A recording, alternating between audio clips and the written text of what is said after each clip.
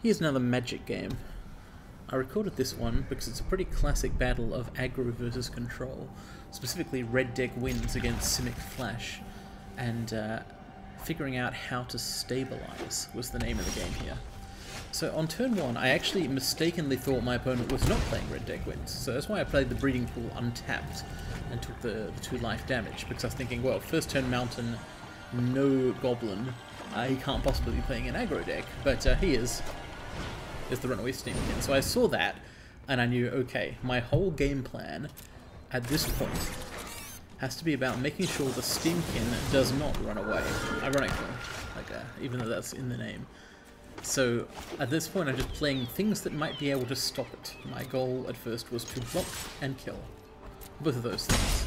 Now, it's quite difficult against what is effectively a burn deck, because it will do things like shock your blockers. So I'm fully expecting this to be arduous effort, but I have to do it. If he gets the light up the stage, Runaway Steamkin combo going, I can't win from there. Like, I can't play counterspells fast enough to stop it. But what happened at this point? So I'm still kind of waiting for him to attack, and I'm expecting to play and block with a Brineborn Cutthroat. Now these things are kind of normally your win conditions, so you don't really want to just throw them away, but look, I've got 2. Killing a Runaway Steamkin with 1 would be a fantastic use of the card. Both of those spells, Runaway Steamkin and Brineborn Cutthroat, are quite interesting mirrors of each other. They're both very aggressive creatures with 1 toughness for 2 mana. They're both about as brutal as each other. So, as expected, here we have the Lightning Strike, so I haven't really made progress yet. Oh, I coughed, I guess. Well, that was me coughing while playing the game, not while recording this voiceover. What a shame. So at this point, the situation isn't good, right? Like, I threw away my blocker and it got burned. I've killed his burn spell, effectively, and I delayed damage. But I'm still not in a great position. The only thing I've got going for me right now is that I can use the Brineborn Cutthroat and the Spectral Sailor, and a spell to buff the Cutthroat to block for 4 damage, which he might not be expecting. But, again, burn spells will shut down this play. I've got to do it anyway, though. I'm just kind of trying to throw my cards into his card sufficiently as possible in the hope that every card I have is effectively a way of stopping any card, and in the end, that's the idea of a permission deck. So at this point I haven't revealed the fact that I can do +1. I'm hoping he'll cast a spell. He'll take the advantage to buff the Steamkin, you see, by casting a spell that doesn't target my Cutthroat, in which case I plan to buff my Cutthroat by casting a spell. Again, the 2 cards are kind of mirrors of each other. I know the deck he's playing very well. So he fell for my trap, sort of. He cast a Wizard's Lightning on me, thinking this will save the Steamkin. It doesn't, because I've got Opt, not normally a 1-for-1ing spell, but in this case it is. However, if he's got another spell, he can now target the Cutthroat or the Sailor with it, and still save the Steamkin. There we go, killing both of them. So, at this point my position looks really bad, right? However, I've been gaining card advantage slowly. I'm up 2 cards at this point. So this is... Obviously there's 6 toughness on the board and a fully pumped Steamkin, and I'm on 13, and he's got light up the stage, and I can't do anything about it, so it's not great. In fact, there goes my card advantage, sort of. Because the thing about the cards from Light Up the Stage is they're predictable, controllable. You can play around them, you can see them. And also they might go away if your opponent doesn't manage to do it right. So I have to take the risk here. I need 4 mana. I need to play as many spells as possible, which means I'm going to burn myself even closer to the edge. My opponent's probably thinking that's a gift, and if this game had gone slightly differently, it would have been. It was a risky move, but I think essential. So what can I do here? Well, I can do one thing. I should have played this in his upkeep, but I made a mistake. I didn't start holding full control early enough. Anyway, it works almost as well in the main phase. First main is in upkeep. The point is to tap that guy, preventing it from being used for mana or for counters from now on.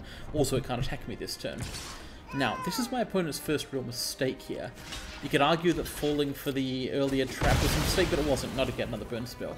But suiciding his Lava Runner into my Merfolk, that was an error. He didn't have to do that. He's got a 4-4 and a 3-3. He doesn't need to be trading with a 2-2. See, I'm relying on the fact that my cards are all cards that stop anything, and his aren't.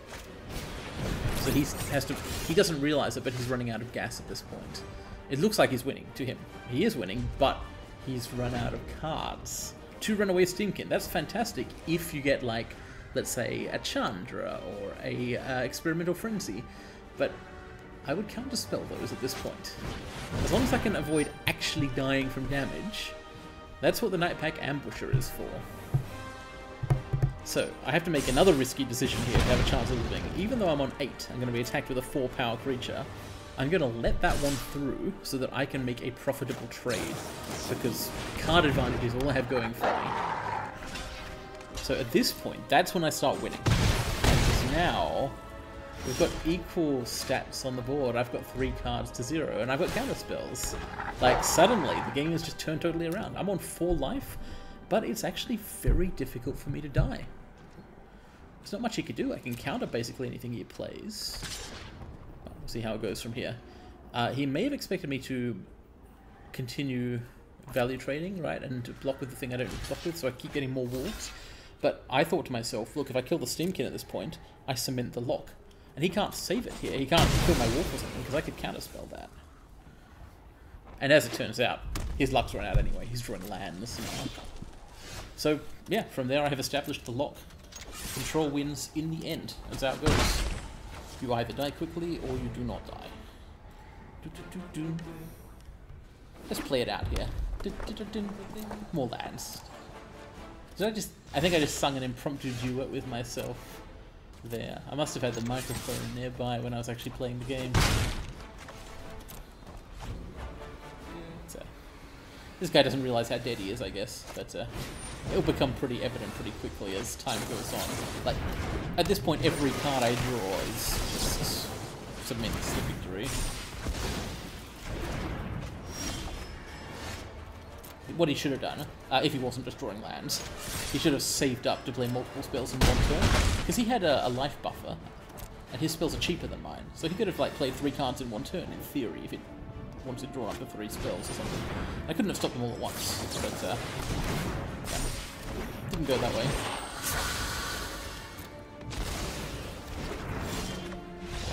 At this point he's got it, he's like, oh, I can't win from here, which is correct.